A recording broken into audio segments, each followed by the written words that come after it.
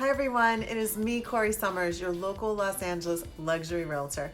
Today we're going to be discussing the area of Baldwin Hills. I'm really excited to share this with you. If you haven't already subscribed to my YouTube channel, I just want to ask you to take a quick moment to click the subscribe button below, as well as the bell for updates, and we'll be right back.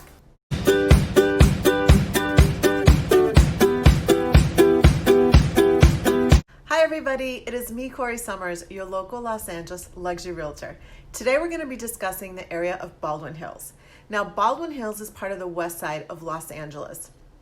It is mostly in the hillside, and it is bordered by Rodeo Road, Martin Luther King Boulevard, and Slauson Avenue, which all form the southern border. Then you've got La Cienega, which is the western border, and Crenshaw Boulevard is the eastern border. So this is very central to the west side of Los Angeles. It is outside of the actual Los Angeles city limits. Let me rephrase that. The southernmost part of Baldwin Hills is outside of the Los Angeles city limit. Along with View Park, Windsor Hills, and Ladera Heights, it remains an unincorporated area in the city of Los Angeles. Stalker Street divides Baldwin Hills from View Park, and then the north face of the hills actually overlook the Baldwin Hill Crenshaw Plaza shopping mall and Kaiser Permanente, the new medical building. I researched the founding of Baldwin Hills. I ran into some really interesting information and a very, very interesting character who had a pivotal role in the development of Baldwin Hills. His name is Lucky Baldwin. Actually, that's his nickname. And I'm going to get into the history here. So you're going to see me look down a bit because there's a lot to share, and I found this extremely fascinating. So Lucky Baldwin was originally born in Ohio, and at the age of 14, his family relocated to Indiana. Now, this was back in 1834 when he was 6 years old.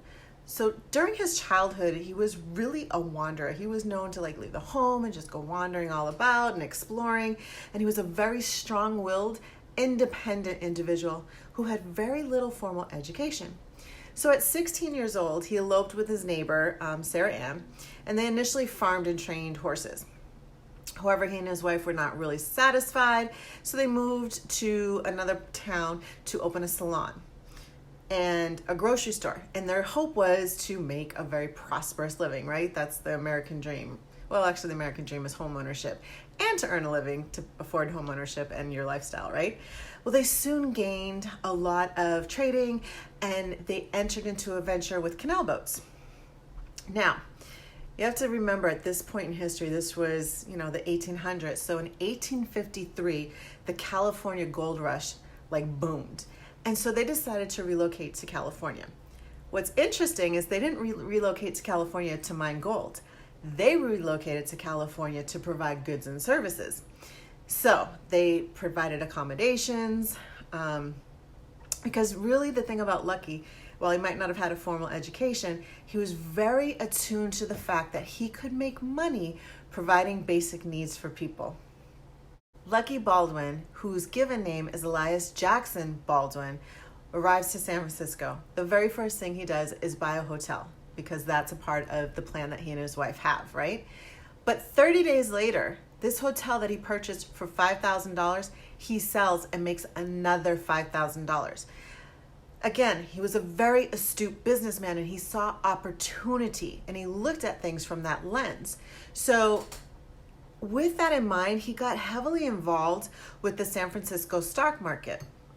Now, he was also creating a brick manufacturing plant at this time, and it started producing a lot of materials that were used to construct major facilities such as the U.S. Mint, Fort Point, and the fort, which is located on Alcatraz Island. I found this fascinating, right? Because of his investments in the stock market, he initially had some investments that he was planning to sell, but he had, was traveling, doing all this business dealings, and he wasn't able to put the sell order in, or at least think about that time in the 1800s. He couldn't pick up the cell phone, call and say, place that order or jump online, right? So there was a little bit of a lack of communication. So Fortunately for him, he wasn't able to sell when he wanted to. So when he gets back to San Francisco and he goes to sell, he made $2.5 million in profit in the stock market. Now, $2.5 million is a lot of money, but just so you really put this into perspective, $2.5 million in the 1800s is about $71 million plus dollars in today's economy. That was pretty significant. So, of course, he starts branching out, right? And he bought the Rancho Santa Anita racetrack, that land, which is now the Rancho Santa Anita racetrack.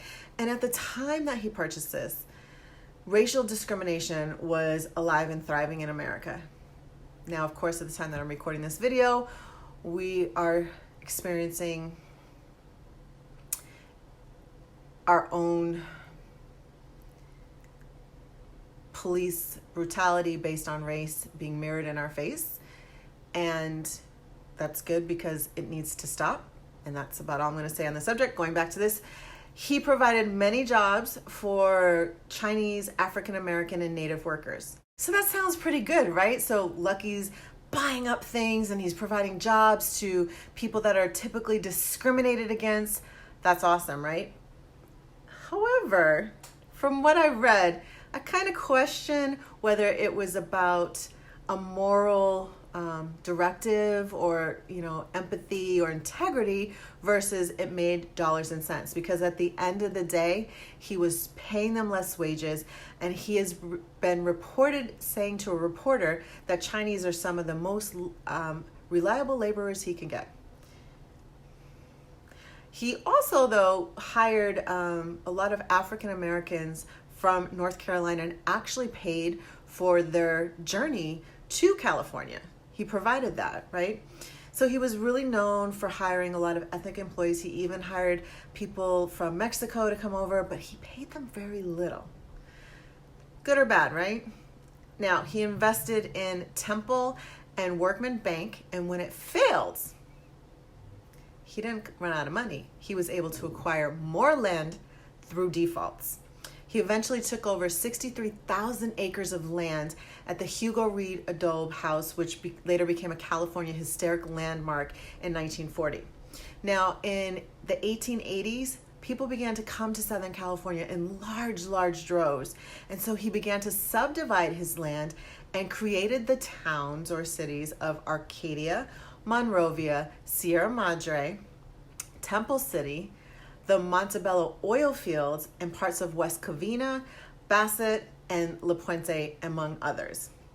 Again, very fascinating. Now, how does that have to do with Baldwin Hills? You're probably wondering at this point, right? So part of the land that he purchased based on all the money he made in the stock market was the La Cienega Rancho, La Cienega Rancho, which is basically a ranch, a huge ranch that was over in the Baldwin Hills area. Obviously, we've got a little bit going on. La Cienega Rancho was named after La Cienega, etc., etc. Now, after Lucky's death, the Baldwin family released Rancho La Cienega to the Sunset Golf Corporation, who used it initially as an extension of their club.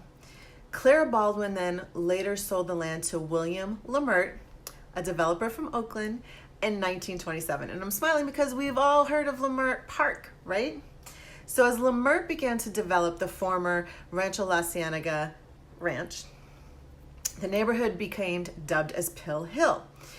This was because it was the prime choice for physicians and medical professionals working in the area in the 1960s based on the affordability in comparison to other neighborhoods.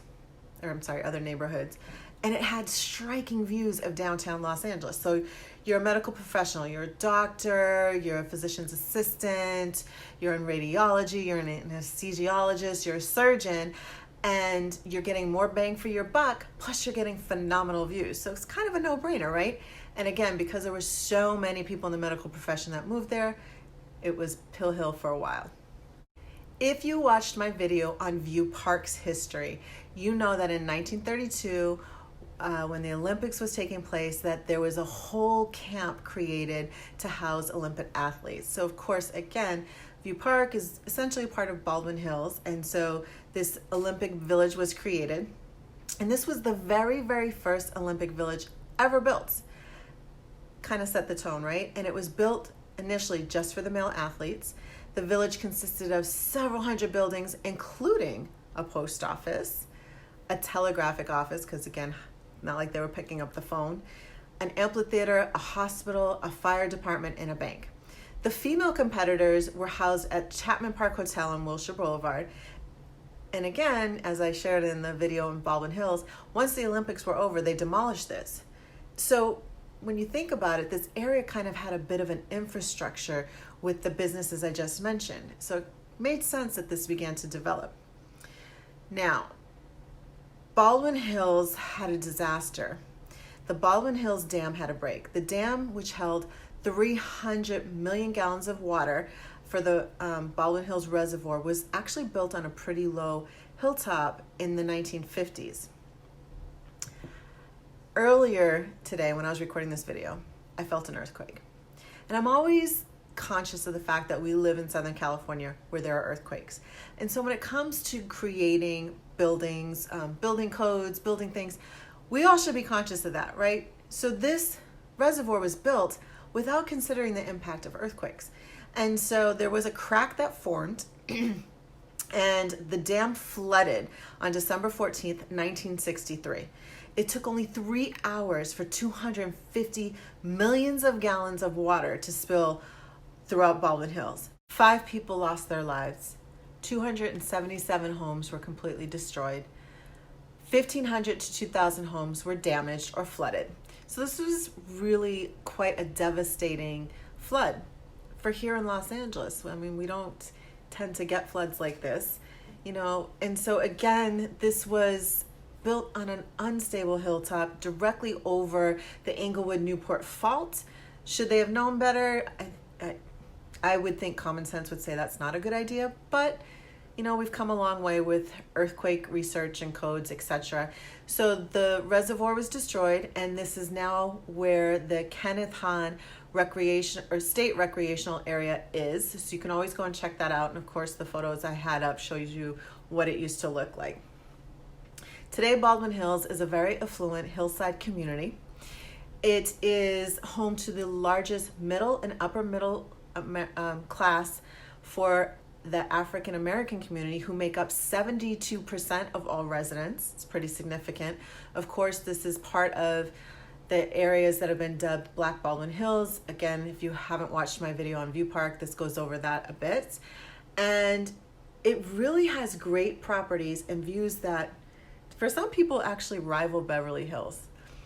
There's not much in the way of shopping or restaurants when it comes to Baldwin Hills, but there are adjacent neighborhoods that do have these things, such as the Crenshaw Shopping Mall and so on. Now, of course, the Kenneth Hahn State Recreational Area does have things for outdoor activities like hiking. It's got sports fields, basketball courts, a Japanese garden, which is actually pretty beautiful, and a lake that is stocked with catfish and trout. So if you like to take a little boat out, enjoy that sort of thing, that's there.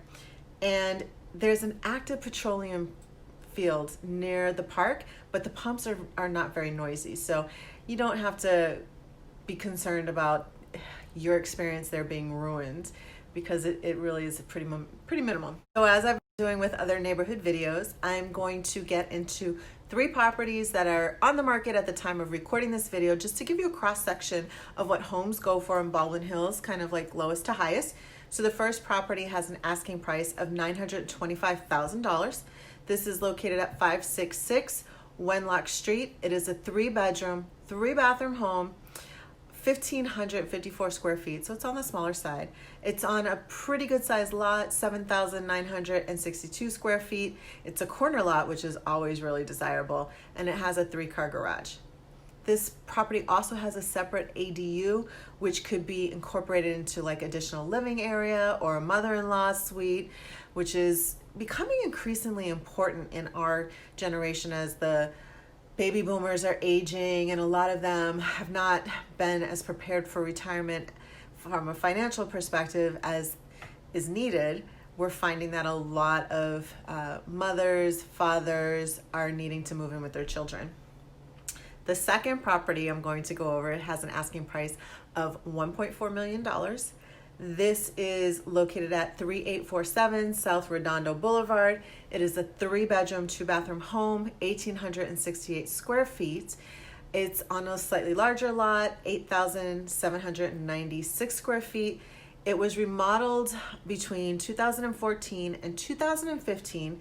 The sewer line was replaced, a new roofing that cost, get this, $110,000. I mean, that's got to be one of the most expensive roofs I've heard for a home of this size square footage. That was done, and solar panels were installed. They were paid for and not leased, which is pretty important. The third property I'm going to share with you has an asking price of $2.4 million. It is located at 3966 South Cloverdale Avenue. It's a 5-bedroom, 7-bathroom home, 6,600 square feet. So it's pretty large, and it's on a 13,495 square foot lot, which is a good sized lot. It's over a 1/4 acre. It's a one of a kind, and it's in the lower part of Baldwin Hills.